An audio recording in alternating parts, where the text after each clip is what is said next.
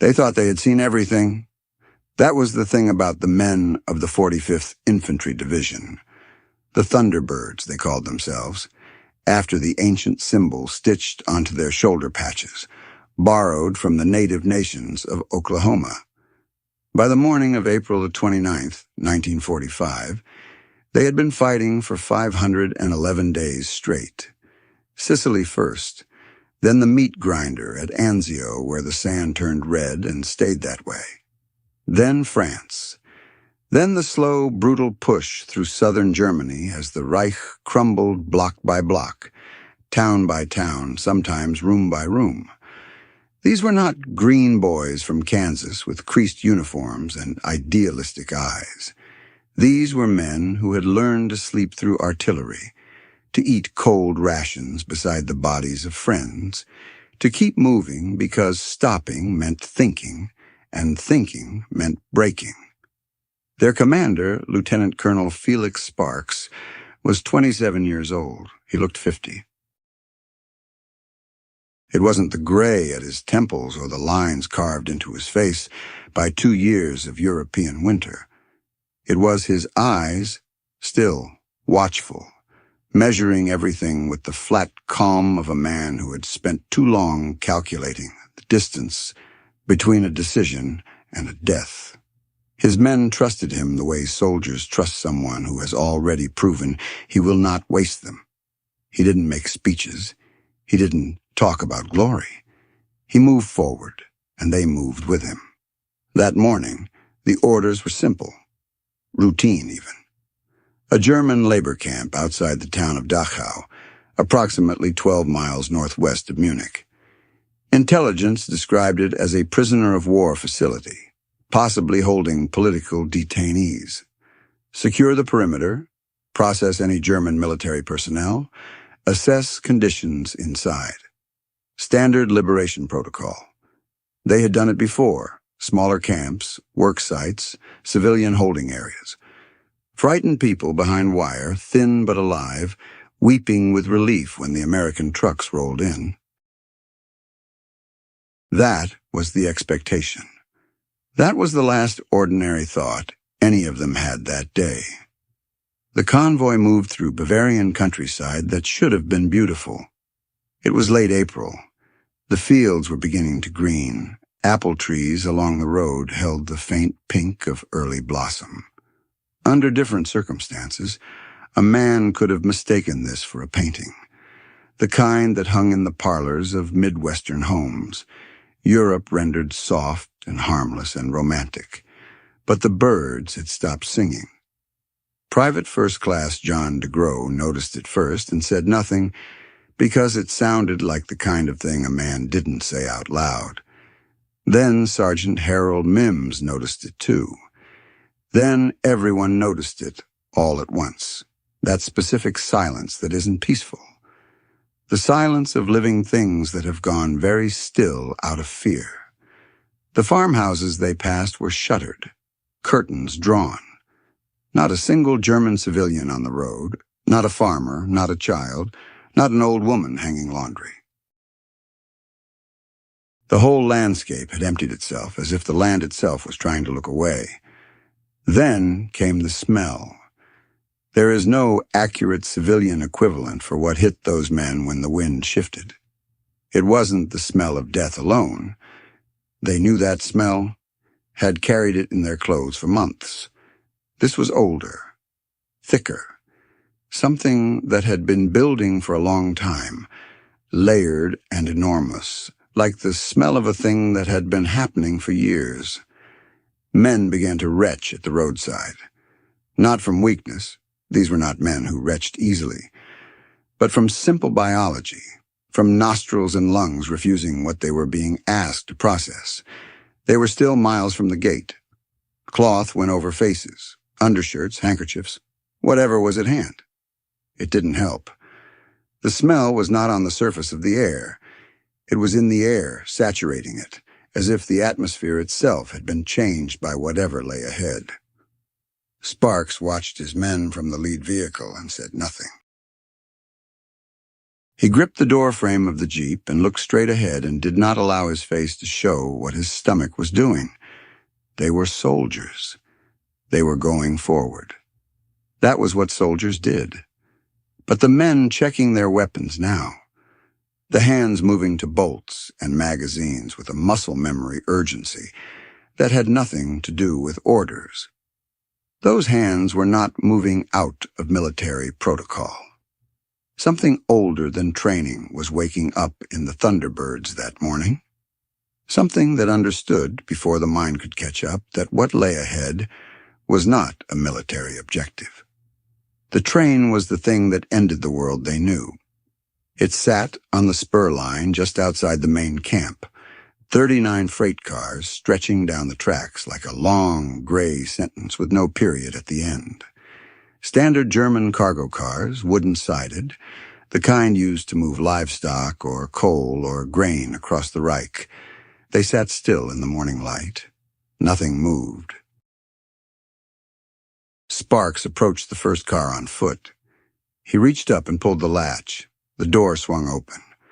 The smell hit him like a physical force, not worse than what they'd been breathing, but different now, specific, close, undeniable. And then he saw what was inside. Bodies, floor to ceiling, stacked and fallen and compressed by weeks of settling, 2,000 human beings reduced to architecture. They were naked. They were skeletal in a way that should not be possible in a living person, and was barely comprehensible in a dead one. Limbs that were only angles, faces that were only bones draped with tissue, and on the wooden walls, on the insides of the doors, long, pale gouges carved into the wood at eye level, at hand level, lower, lower, all the way to the floor. Fingernails. These people had tried to claw their way out. They had tried until their fingers bled, until the nails tore away, until they had no strength left. They had scratched at the wood with everything they had while the train sat motionless on the tracks for 3 weeks. 3 weeks, confirmed later by investigation, without water, without food, in the sealed dark. The prisoners had come from Buchenwald. The SS had loaded them in mid-April as Allied forces approached, intending to transport them south. Then something interrupted the plan. Logistics, orders from above, simple indifference, and the train simply stopped, and the SS left it there. Left them there. Medical Corpsman William Walsh moved from car to car with the methodical focus of training, looking for survivors. In the 17th car he found one, a man so thin that Walsh initially mistook him for another body. Then the eyes opened. They were dark and present, and they looked at Walsh with an expression Walsh would spend the rest of his life trying to describe. Not relief exactly. Something more complicated than relief. Recognition, perhaps. One human being seeing another across an impossible distance. Walsh knelt down and took the man's hand. The man smiled. He died 90 seconds later. Walsh sat beside him for a long moment. The other men moved around him, some weeping, some silent, some making sounds that weren't words. Then Walsh stood up. He told this story once, decades later, at a veterans gathering in Phoenix, Arizona. He said that sitting beside that man was the moment his tears ran out. Not that he stopped feeling, but that grief simply exceeded the body's capacity to express it. What replaced the grief, he said, was something he had no clean name for. A white heat, a clarity, a state of absolute moral certainty that required action and had no interest in consequences. He was not alone in it. The transformation moved through the battalion like a current. These were disciplined men, trained soldiers with ranks and regulations and a chain of command they had trusted and followed for 500 days. That structure did not disappear. But something was layered over it now, something that had been building since the birds stopped singing, since the smell reached them on the road, since the first car opened. They were no longer an army arriving to liberate a camp. They were men who had seen the train, and the men who ran this place were still inside. There are moments in war when the machinery of military order, rank, regulation, the careful architecture of command, meets something it was never designed to handle. Not enemy fire, not tactical complexity. Something older and more fundamental, the collision between what human beings are trained to do and what human beings, standing in a specific place at a specific moment, simply cannot stop themselves from doing. April 29th, 1945 became one of those moments. What happened inside the walls of Dachau that afternoon has been documented, disputed, classified, declassified, argued over in courtrooms and classrooms and veterans' halls for 8 decades. The facts are not all clean.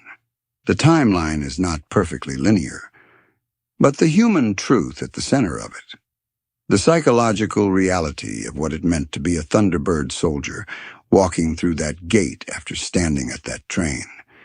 That truth is as clear as anything the 20th century produced. The gate opened, the men went in, and the world that existed before the train ceased, permanently to be the world they lived in.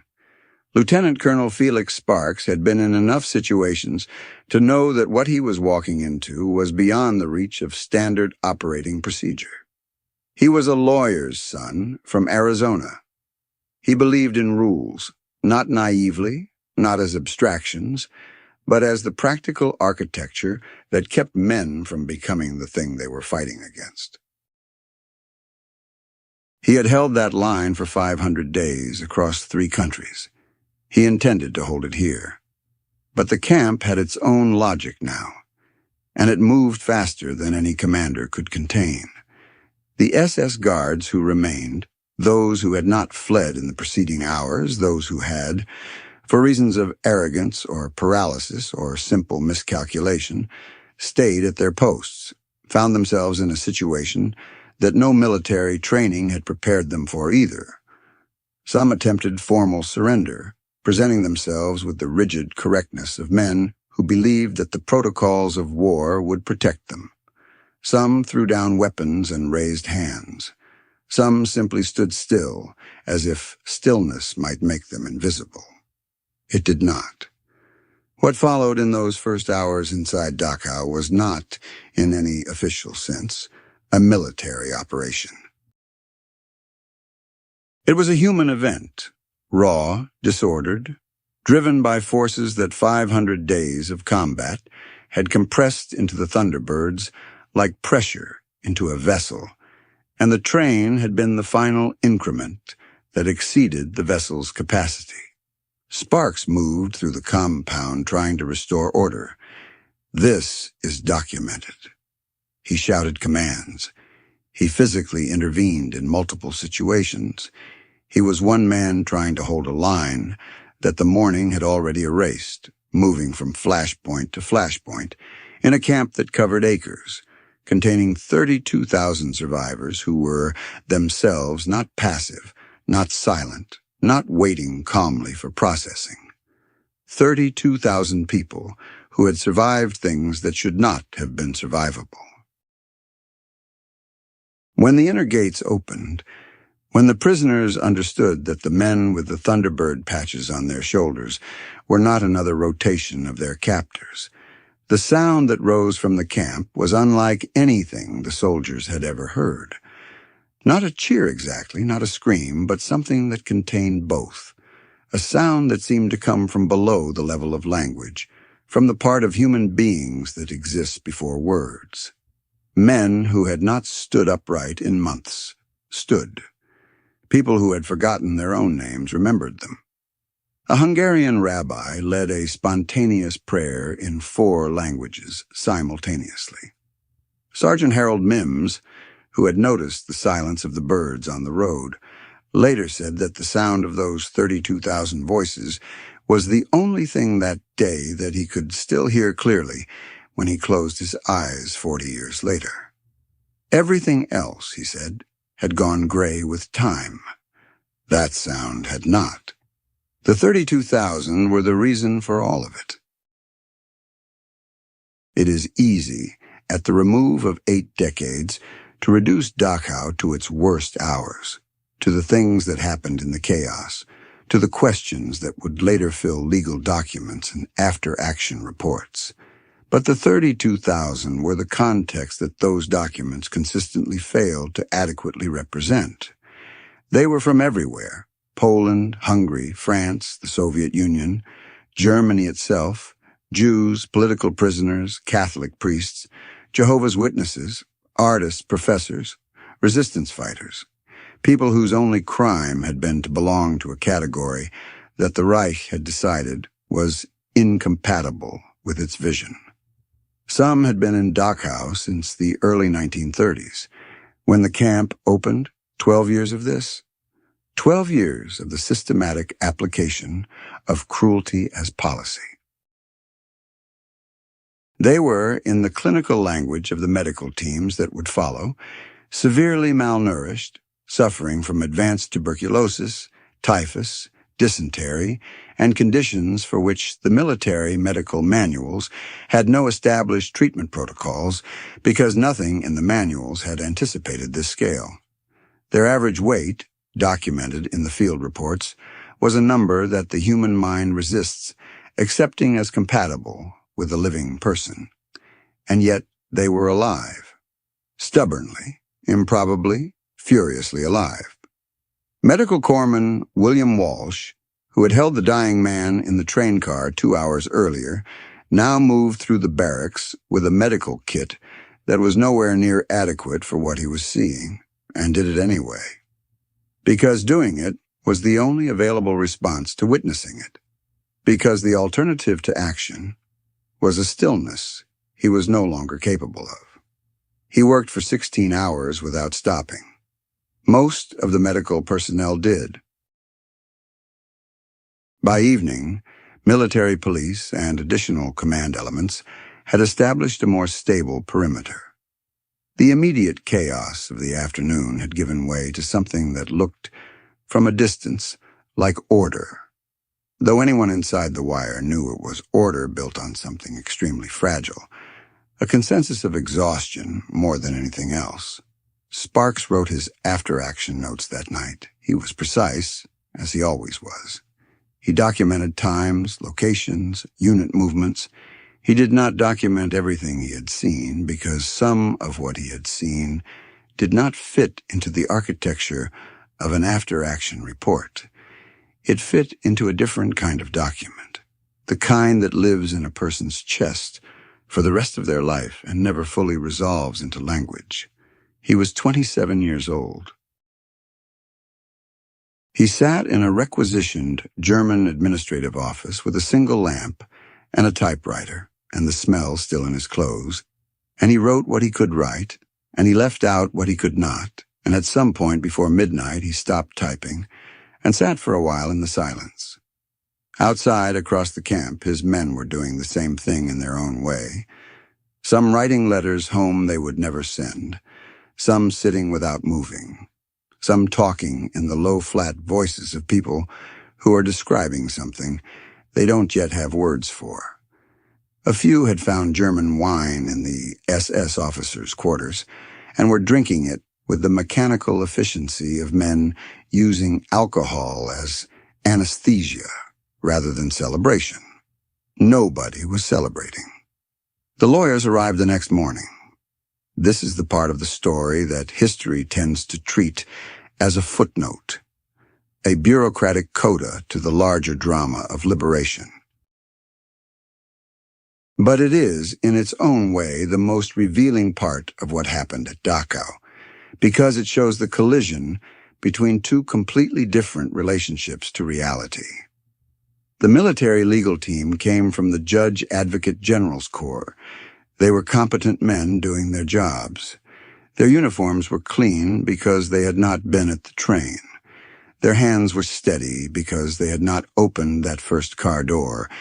They arrived with leather briefcases and legal pads and the professional calm of people who process events at a safe categorical distance, translating what happened into the language of charges and statutes and evidentiary standards. They interviewed soldiers. They examined the physical record. They produced what became known as the Howard Report, named for its primary author, which documented what had occurred inside the camp on April the 29th, and recommended that certain named individuals, including Lieutenant Jack Bushyhead, a Cherokee officer from Oklahoma, who had been directly involved in the most significant incident of the afternoon, face formal court-martial proceedings for violations of the laws of war. The report was thorough. It was legally coherent. By the standards of its own framework, it was probably correct. It landed on the desk of General George S. Patton on the 1st of May, 1945. Patton had visited Ohrdruf, another camp liberated weeks earlier, on April 12th. He had gone with Eisenhower and Bradley, the three most powerful American commanders, in the European theater, standing together in a place that forced even them into silence.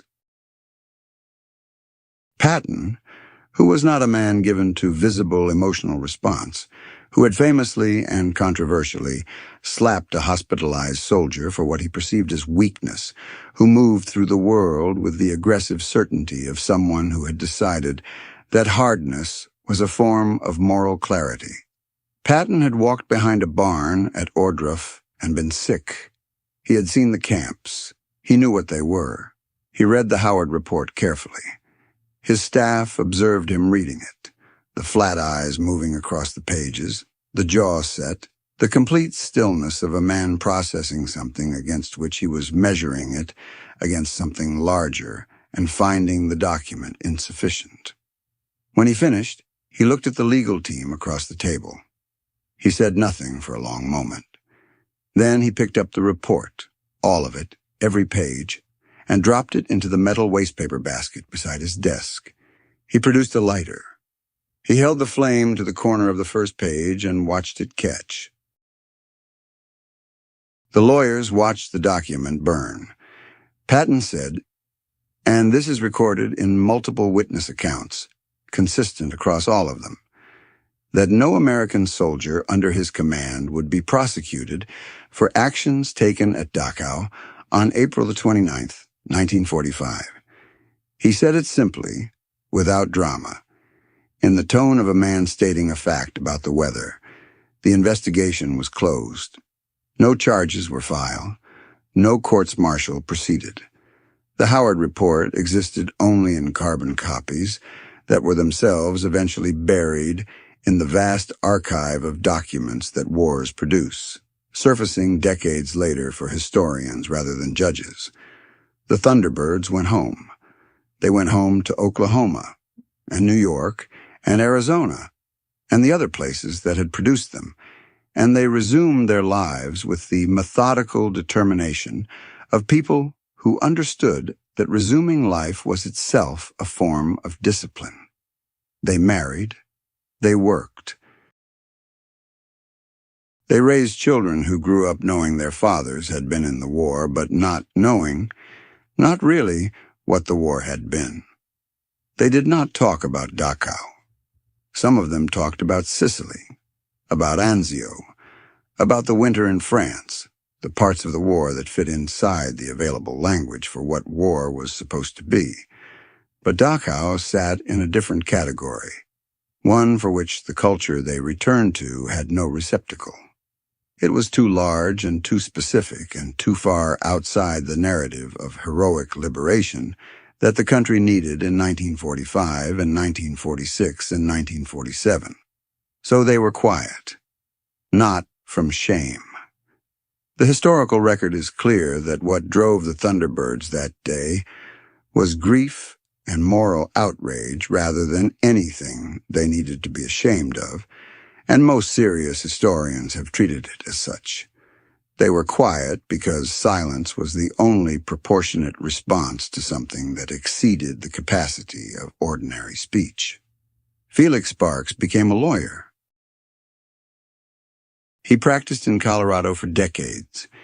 He spoke publicly about Dachau only once, at length, late in his life, giving a careful, precise account that had the texture of something that had been held in careful custody for a very long time. He died in 2007. William Walsh, the medic who held the dying man in the train car, who worked 16 hours without stopping on the day of liberation, returned to civilian medicine. He became a doctor. He spent his career working with patients that other physicians found difficult, people whose conditions required a specific quality of sustained attention, of presence, of refusal to look away. He never explained the connection publicly. He didn't need to. The train sat on the tracks outside Dachau for days after liberation. American military photographers documented it. The images exist in the National Archives, 39 cars, the open doors, what was inside. They are among the most widely reproduced photographs of the Second World War, and they have the quality of images that do not become less difficult with familiarity. You do not get used to them. The eye does not find a way to process them as ordinary. This is perhaps the point. Some things should not become ordinary. Some things should remain exactly as difficult as they are, resistant to the smoothing effects of time and distance and the brain's powerful instinct to normalize what it cannot otherwise survive. The train at Dachau is one of those things. The morning of April 29th, 1945 is one of those things. The Thunderbirds knew it. That is why they were quiet. They were not quiet because it didn't matter. They were quiet because it mattered more than anything they had words for. And they were disciplined enough, even at the end of the worst day of their lives, to understand the difference.